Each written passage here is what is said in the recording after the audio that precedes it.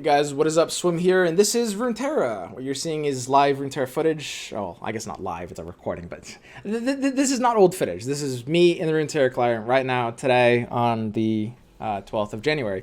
And what's happening is basically the devs have provided me and a bunch of other content creators special accounts, basically for the purpose of just kind of recording footage and showing off cool concepts, right? Now, obviously, this is a pattern we've seen in games a lot where, at the start of a new game, developers, want to kind of like promote the game so they give streamers access for a little period of time before it starts, or sometimes a large amount of time before it starts. And I do think it's kind of like a fairly unfair system. I don't know that there's too much that can be done about it at the end of the day. Like, Riot's in a position where they want to try to like advertise their game, make sure people's communities are interested in their game. And I mean, I'm personally not going to be playing like a crazy amount of this client. That's something that's like important to understand. Like, I know it's easy to imagine like a lot of people, and I'm not.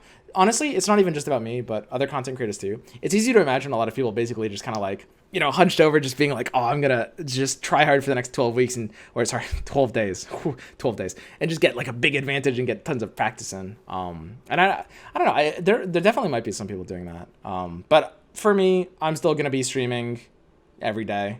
It's not going to change anything. I can't stream this. This can't be live streamed. This is just for the purpose of recording some videos.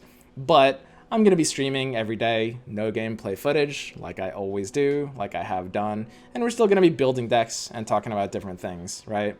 Also, I'm not going to be able to show you guys any of the new cards. That's going to be for Riot to do. Sorry, not new cards, but balance changes to existing cards. So these videos are just going to purely contain cards that haven't been changed so far, basically, here, right? So this is my Marauder clones deck, and this is my current version of the deck. It's gone through so many different versions, actually. It's gone through like 4 versions, and this is a deck that I've mostly built off of theory crafting. But I did get the chance to play this during a version of this. It actually looked very, very different. This was like 4 versions ago. I did get a chance to play this during a preview patch, and it actually worked really, really well.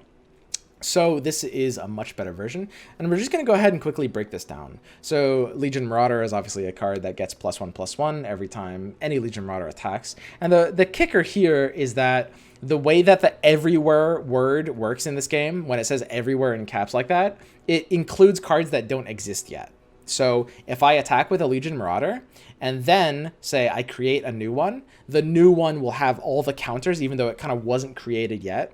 So that's really, really powerful. Every new Legion Marauder you create just uniquely from later, even if it's not the same one that got revived, like Splinter Soul, where it's, okay, this is a bad example because it's the one that sets their stats down. But anything that generates a unique one, like Scribe of Sorrows, create a copy in hand, it will still be all the stats that all the Legion Marauders have, right? So it's a very powerful card, and it combines with Shadow Isles, obviously, because Shadow Isles has a lot of ways of cloning things. We can res it with Mistcall, we can clone it with Splinter Soul, or even use Chronicler of Ruin plus either, one of the reses or Scribe of Sorrows, right? Lastly, kind of like the follow-up strategy here is this little death package with Ravenous Butcher, Cursed Keeper, I guess well as you could say Chronicler of Ruin as well. And what this is going to accomplish is it basically just gives you a lot of ways to interweave the concepts of the deck, right? Transfusion is an amazing tool. You do need to keep your Legion Marauders alive, and Transfusion is in the deck because of that. But it's a great tool for just poking your Cursed Keeper, getting that to die. Obviously, Butcher into Keeper is the classic combo, really, really phenomenal. But Keeper also ties a lot of the Marauder combo together. And in situations where you don't draw a Marauder, you can use your Splinter Soul, which would otherwise be useless, on your Cursed Keeper and get a 4/4. Fading Memories is really, really amazing as well on Cursed Keeper. It's just kind of a 2-mana 4/4 because the Ephemeral Keeper will just die. And even Islander works on it. Honestly, the Cursed Keeper just combos with so many different things in so many different ways. It ends up being immensely powerful. Anyway, the way this deck plays out, when your Marauder starts snowballing, keep in mind, Marauder is a very powerful card. This starts effectively as a 3-mana 4/3 because the effect applies on declaration of attack. So even before the first combat, as soon as you set him on the board and attack, he's already a 4/3. And this can snowball really heavily. Usually they get like 6/7 or 8/7 or 7/6 or 8/7 stat lines around the time where you're closing out games. And for 3 mana, of course, that's pretty ridiculous. So That's usually how games of this deck are going to play out. You're just going to kind of swarm with Marauders, maybe get a closer with the Harrowing, although it's not really necessary. And one big thing, obviously, you've got all your various Cursed Keeper combos, ways to clone, Fading Memories just works on everything. And one neat little trick as well, a lot of people don't know this interaction, is that if you make Katarina ephemeral with Oblivious Islander, it'll actually go back to your hand, because when Katarina strikes, she recalls, and this happens before the ephemeral would kill the Katarina from the strike. So you can use Oblivious Islander on Katarina. She's a great Islander target, and you're just getting the discount for free. You're not paying anything extra for that. All right, so that's the deck breakdown. Now that I've broken this down, I'm just going to show you one real quick game, and we can even check out like the cool new visuals. All right, so we get into a game. Now, like I said, this is just basically a vehicle for just kind of recording stuff. There's not a lot of people that have access to this, so there's no ladder. Like, you can't jump in and play somebody, or I mean, at least like nobody's ever queuing, right? So this is just going to be bot game, and we're going to show off how this deck works out. So we drew Legion Marauder in our opening hand. That's pretty important, of course. We normally would hard mulligan for this card because it is kind of the entire identity of the deck. And we've got Scribe of Sorrows too, which is pretty great. So what we can do in a hand like this is we can design the opener around potentially getting both of them. I think I'm going to go ahead and kick Transfusion as well, because I think Transfusion is kind of supplemental, and I'd rather be able to find something really core to the identity of my strategies, which are going to be something like Cursed Keeper maybe. So we have a pretty unique situation where we have the ability to ensure that Marauder gets off Scribe of Sorrows by converting our mana into spell mana off of a couple floats here. And I think that's probably the best play in this case. We want to be able to play Marauder effectively on 3. Obviously, Scribe of Sorrows... Oh god, why can't I say this? Scribe of Sorrows can't be played with spell mana, but that's not really a big deal, because I have Mist Call that I can play if Marauder dies, and the next turn, if Marauder dies, I can play Scribe of Sorrows or Mist Call. So we're going to tank some damage and basically just play very passive in these early turns, right? And this is how you want to play this deck if you have a hand like this. In a lot of other situations, you would have had to have played the Islander a little bit earlier on. Let's get the first Marauder down and rolling. So obviously a very, very powerful card. I think Marauder is maybe one of the more slept on cards. It's something that I didn't really see. Well, I didn't personally see anybody playing around with a deck like this in the preview patches. I'm sure, obviously, a couple people did. But I think it has a lot of potential in a deck like this, and we're about to see exactly why that is. So let's start this ball rolling. Now, this guy has a pretty powerful board. He's swarming me down. He's going really wide. And he's got me down to 16 health on turn 3 already. So let's see if I'm able to stabilize against this pretty powerful opener here. Takes the Elise level up.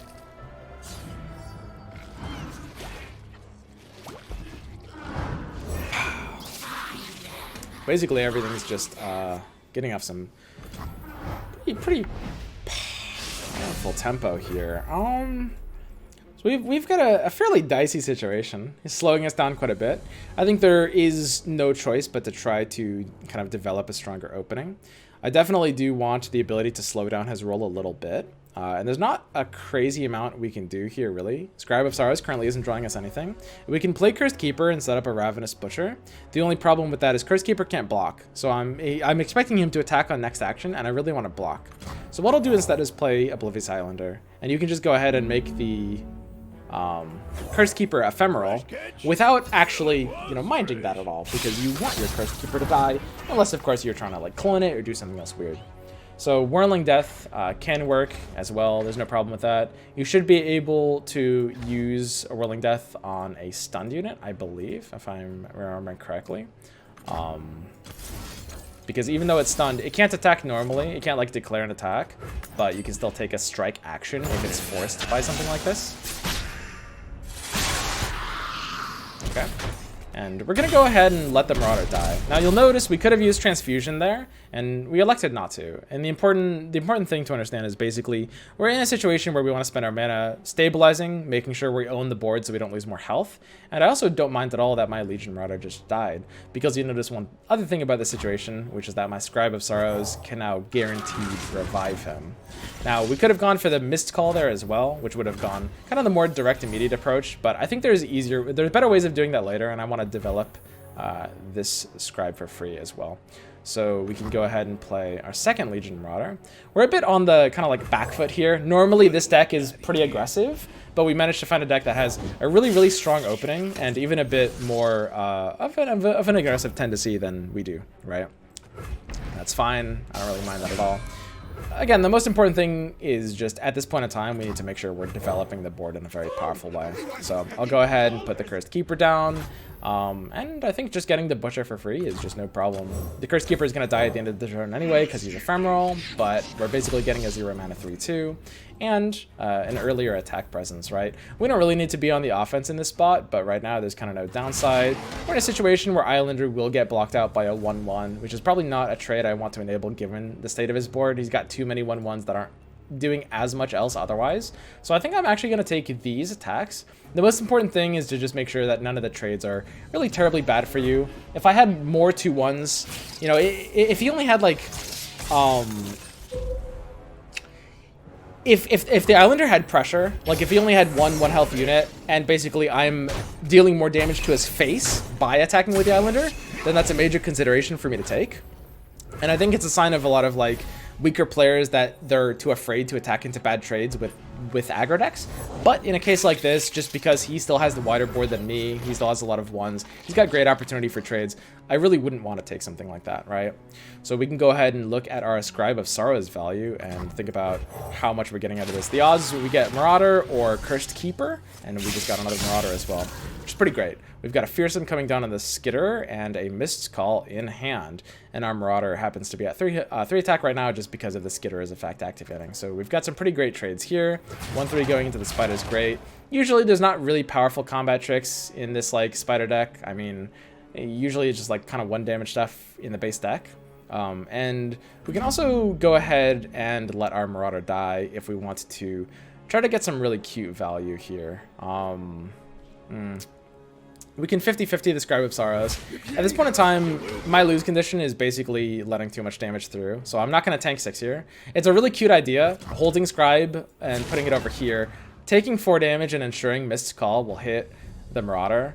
Taking 4 damage here is honestly probably a misplay. I'm going to do this play because I think it's, to be perfectly honest, quite a bit funnier. And it kind of like shows the deck off in a better way. I'm down to take an unnecessary risk. Why not?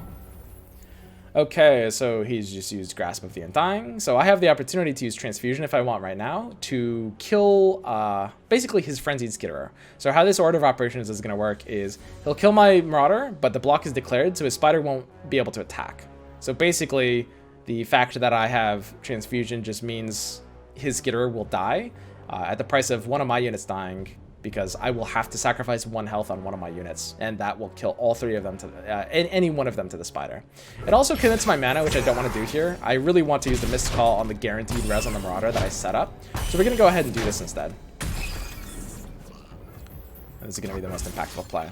Because again, keep in mind, every Marauder, every time they attack, buffs every other Marauder every time. So this is a game where you aren't seeing it snowballing. I know, it looks wimpy, it looks flaccid, it's only gotten 1 buff. It's true, but under normal circumstances where I'm not playing as defensively, I promise, it gets a lot bigger. This doesn't normally happen to me. Okay, so we're in a situation where we've got a really good like Marauder attack opportunity, right? We can go ahead and get some quite big attacks off if we wanted to. We have a really cheeky opportunity to do like Butcher by sacrificing a Marauder and then Mist Call to resurrect the Marauder. Obviously that doesn't really make any sense to do. We're not going to do that. Let's just go ahead and get the full attack with everything. And you can see here the power of like the 3 mana 6/5. It's still pretty small. And he takes a Blade's Edge here. So this looks like a premium position for a Transfusion value play. So this is a great combat trick in this spot. And we can go ahead and reduce the health of this Marauder. He doesn't really need it to buff up this by 2/2, which is not only going to make it survive the Blade's Edge, but swing face harder. Okay? But yeah. The idea of this deck is it's more of a kind of like mid-range anti-aggro style, which is to say, yeah, it definitely got like some very aggressive tendencies. But the idea is when the opponent tries to control your Marauders, you tend to bring them back and then keep hitting. And usually because you're on the offense, you're going to swing harder like every time you start swinging, right? Over and over again. It's just going to snowball your offense to the point where they can't really control you anymore. Okay, he's playing down a Skitterer. And we have Ravenous Butcher, Scribe of Sorrows. There's not too much crazy to do here. Like, he's on the offense. We just want to make sure we're in a position where we're not losing too much value. And I realize I'm actually unsure on how the probability of Scribe of Sorrows work. I don't know for a fact, and I think some people probably know. But I'm not sure if it counts every additional unique copy or just tracks the fact that at least one Marauder has died, which could massively change the odds of how likely it is to get a Marauder. Because we've had like 3 or 4 different Marauders die. You go ahead and get an island drop with that. Not ideal, but totally fine. Okay.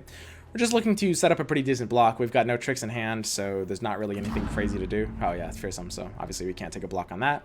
And we do have the ability for Mist's Call if we want to get one of our Marauders back. So I don't mind taking an exchange that's, you know, going to kill one of my Marauders, especially if we're willing to not kill one of our other units.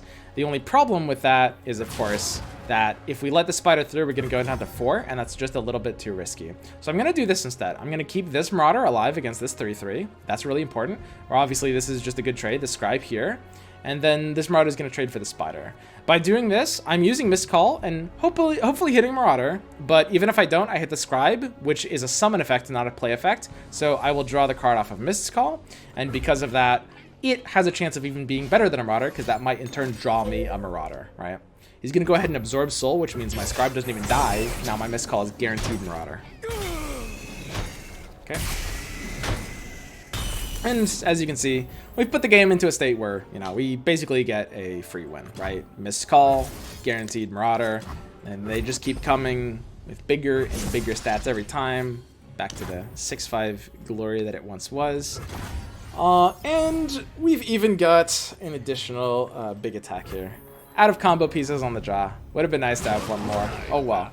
But these here Marauders enter the game at 8/7, which is pretty adorable. Again, I'm not gonna listen. I'm not the kind of guy who's gonna like cherry pick his games. I'm not gonna play like 10 games in here with Marauder and just try to show you guys only situations where they do super well. I can tell you though, they're usually a little bigger than that. Okay, that's all I'm gonna say. Usually they snowball early. All right, I promise. Okay. Anyway, that was just the Marauder deck. I think it's honestly a pretty powerful deck. It really gets completed with. You know, the whole Cursed Keeper package, which I put in recently, and I would definitely recommend it. I don't know if it's like the most stable deck in the game. It's still a little experimental. I would need like to try it on ladder when the game comes out to be able to say like whether it's, you know, truly good or not. But this is a deck that could legitimately be a tier 1 deck. Like, I'm saying that with no irony. It definitely looks at first like Marauders, a kind of card that could kind of be memey and definitely could be. But it really depends on the rest of the deck coming together. And the deck is able to support it really well in this case. So that's my spooky Marauder deck, as I call it. And yeah, I guess that's it for me. And I'll see you guys next time.